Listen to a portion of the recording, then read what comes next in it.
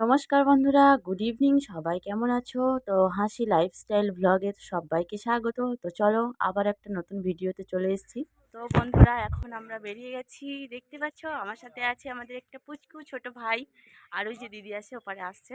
চলো এখন যাওয়া যাক। আজকের ব্লগটা খুব বেশি কিন্তু বড় করব না, একদম ছোট করে তোমাদের সাথে ভিডিওটা শেয়ার করব। তো এখন আমরা যাব সেই কিন্তু লর্ড ক্যানিংয়ের বাড়ি, যেটার নামে আমাদের ক্যানিংয়ের নাম।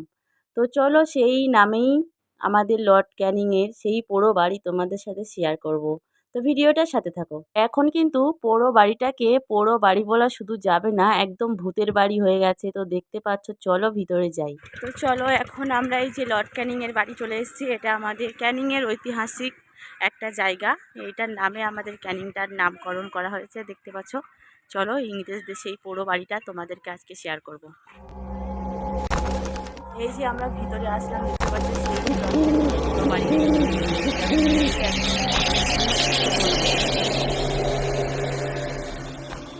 ভিতরটা, এই যে ভিতর, মানে দিকটা ভিতর দেখো, একদম ভূতের জায়গা বললেই হয়। এটা এখন ভূতের পোড়ো বাড়ি হয়ে গেছে। আগে এটা মানে ছিল না, মানে এখন হয়ে গেছে নাম করা। ক্যানিংয়ে কিন্তু বিখ্যাত এই লর্ড ক্যানিংয়ের বাড়ি। আর একটা জিনিস তোমাদের সাথে শেয়ার করব, সেটা হলো ক্যানিং ব্রিজ। নেক্সট আমি ব্লগ কোনো দেবো তোমাদের সাথে, অবশ্যই সেই ব্লগে তোমরা পেয়ে যাবে ক্যানিং ব্রিজের ব্লগ। তো দেখতেই পাচ্ছ, এখন চলো বাইরেটা দেখাই। এই বাইরেটা একেবারে পুরো বাড়ি, মানে অনেক পুরনো বাড়ি এটা। আর এখানে এখন খেলার মাঠ বানিয়ে দিয়েছে পুরো বাড়িটা, দেখতে পাচ্ছ। এই বাড়ি কিন্তু ভিতর দিয়ে কিন্তু রাস্তা, একদম নিচে দিয়ে রাস্তা আছে। এটা কিন্তু একদম নদীর, মানে নদীর দিকে রাস্তাটা ভিতর দিয়ে করেছে। সেটাই ইংরেজদের আমলে তারা কিন্তু যাতায়াত করতো।